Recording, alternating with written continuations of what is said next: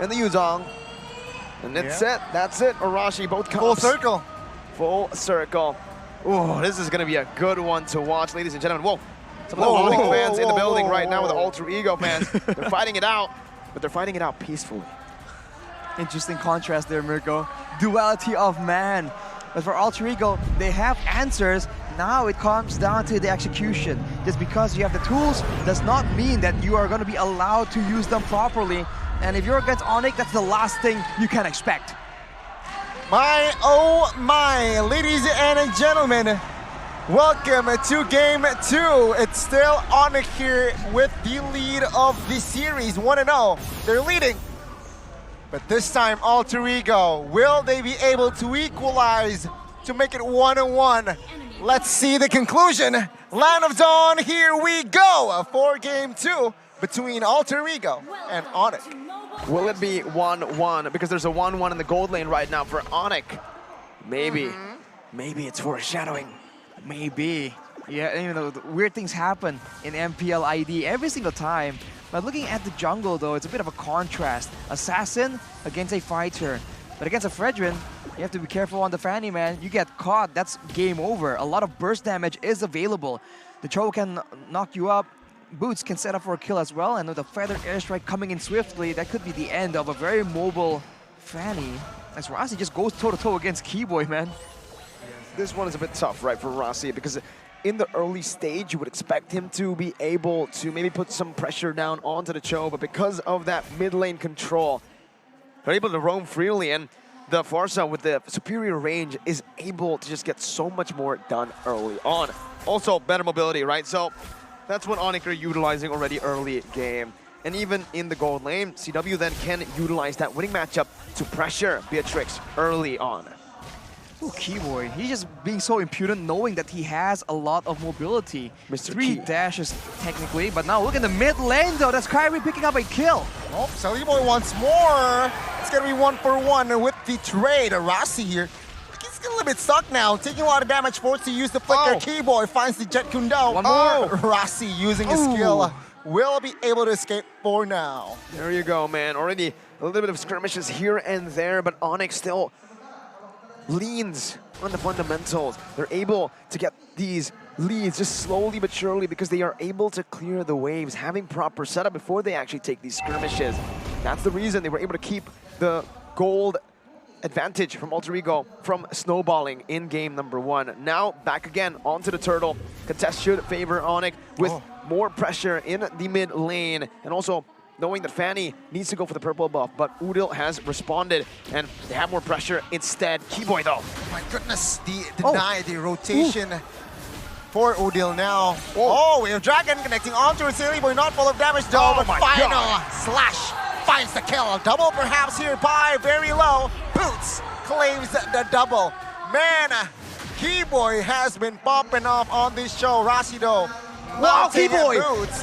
And Keyboy just takes the aggro of that turret, saving its life. Atop side, Saliboy finds a kill on towards Sans there. Alter Ego finds the response. Kyrie finding the neutral objective. Now it's a 3v1 action. Rasi, no spells. Everything is given on towards this guy. Sleep tight. Keyboy takes the turret aggro right before Rasi brings Boots in. So good, Arashi. He's just so aware of the circumstances surrounding the game, and now Udil gets jumped on, gets hit with the Feather Airstrike. Kyrie is looking for it, will not be able to land. But for Onic, it's such a solid performance here. Yes, they lost Sans in the top side, but overall, picking up kills, picking up the neutral objectives, they are doing amazing right now, and they're still in full control. My God, Keyboy, man. On the Cho, you think it's going to be the mechanical display, which you do get. But he adds so much more. There's a cherry on top, there's dessert. It's a full-on buffet when Keyboy picks up the Cho. And man, I think this time, right, game number 1, we gave Alter Ego a little bit of the benefit of the doubt with their prio picks, with their comfort picks. But after game 2's draft, with the respect given, it's very hard. Onic have gotten all the control, and it's reflected here. Definitely. The side lanes are not doing so well with the intervention coming in from the rest of the team. So for Alter Ego, now they are the ones struggling to find a really winning situation. Boy is definitely still on track to try and snowball, try and get some gold, but he does not have the safety of knowing the information, and Rossi gets jumped on. Where Dragon will connect onto Rossi. He gets taken down. Oh, misses against cable, but he escapes with the cables as well. Onic boots there a little bit late to the party, but it's another trade for Onic. It's a very messy performance because both teams are just trying to flex their outplays right here. And I even forgot that in the previous fight, by the way, it seems like Boots made a bit of a misplay too, jumping onto the gold creep and then flickering over the wall to try and salvage the play. But all things considered, it's still very close, and Udil survives. High now will be the recipient of that Way of Dragon, will be taken down by Boots. Another trade favoring the side of Onic. 5v4 in this neutral objective. I say Alter Ego, just go back and fight a trade in the bot side, and there you go. Neutral objective here will be secured by Kyrie. That was a very speedy engagement, a very speedy maneuver for Boy and the Fanny, just going to the other side, knowing that there's some free time right there, trying to abuse the mobility. It's not nearly as good as the whole roster of Onic in game number 1, but it's definitely efficiency at its best. Boy showing again his experience in the game, but Onic already looking for these structures right here, trying to get more map control, more maneuverability, and trying to suffocate the income of Alter Ego. It's going to be Boots taking out 3, final slash connecting on towards 2, but with the Mount and Nino. Nino will claim the shutdown now. Keyboy moving on towards Nino. No problem. It seems like, flicker away no Dragon. No way. Keyboy! No way. Oh my goodness. Will he find the it. solo kill? He got it. Him. He got it. And No Keyboy way. solo kills Nino bot lane. One of the best gold laners in Indo, and Keyboy just solo killed him on a roaming toe. And Sans again now putting some pressure. What the heck are Onic on? It's unreal. It's unreal, man. Alter Ego, they were able to get a trade technically, but what was that? How is that even possible? This is MPL ID playoffs, and yet this man is making the impossible happen. I hurt myself passing that play. Wow. Man, I was just jumping. You guys can support the Indonesian national team's team in SEA Games 2023. And hey, Keyboy is in there. You better be playing here with his performance on My goodness. in MPL. Man, what the heck? Oh my goodness gracious. Onic are not just dominating, they are styling. And look at Kyrie. Oh my goodness. Now looking on towards Boy. Rossi is isolated, forcing to use that split now as a defense.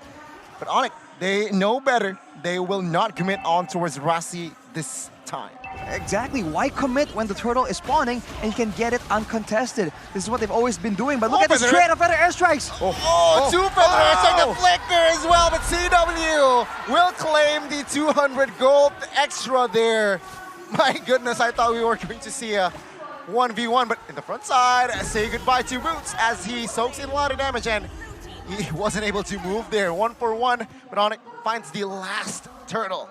Hey, no fair, man. Come on, that was a proper 1v1 of both past and present mid laners for Onic, Udil, and my boy Sans. But CW just came in, he was like, no, this ain't gonna be a 1v1, He didn't respect the 1v1. It's fine though, it got them the lead, so it's fine for Onic. But Keyboy. Whoa! Flicker, Way of Dragon, bye-bye pie. And now it's gonna be Rossi though, taken down by the crossbow attack. Boy finds Sans in the backside. Good cable management, but it's still a 2v1, 2-for-1 rather. Nino, revenge. Doesn't get it, man. Unfortunate for Nino, but Keyboy chose that recall position. So maybe he knows. Here though, let's take a look at the itemization. Arashi, Onic, and Alter Ego. So far, only 2,000 gold lead, but anything significant in the item builds? Nothing too crazy, but for the side of Onic here, Kyrie already with the blade armor, trying to mitigate some of the damage coming in from Nino as much as possible. Rossi going for the Antique Cuirass because of all the abilities available from the side of Onic, and knowing that he won't be the main target that needs to be bursted down. So far that makes sense. And for Nino, only the BOD and the Fury Hammer means that he has burst damage for the squishy targets, but unless he can land it on the right targets, as you can see, it's very easily manageable by the front line of Onic.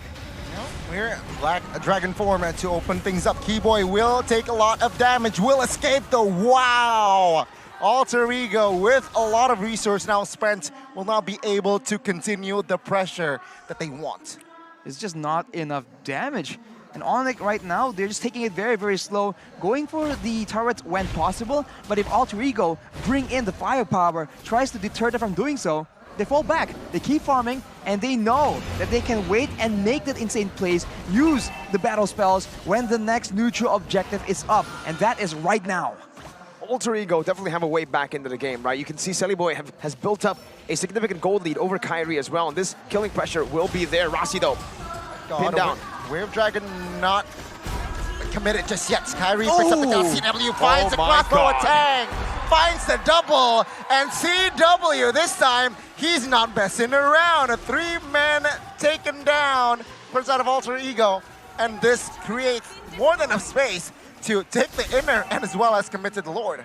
They made that play happen without boots in the picture even. It doesn't even matter, man.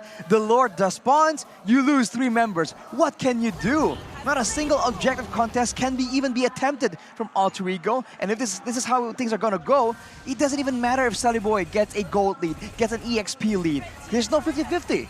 It's getting further away from Alter Ego's grasp. The game here, Onic are controlling it 100% of the way so far. 10 minutes in, Alter Ego have been forced into Onic's playstyle, into Onic's tempo, into the pickoffs as well. They try to look for some pickoffs back, but CW and Onic have already built up some defensive items properly. I believe CW went for the steel leg plates.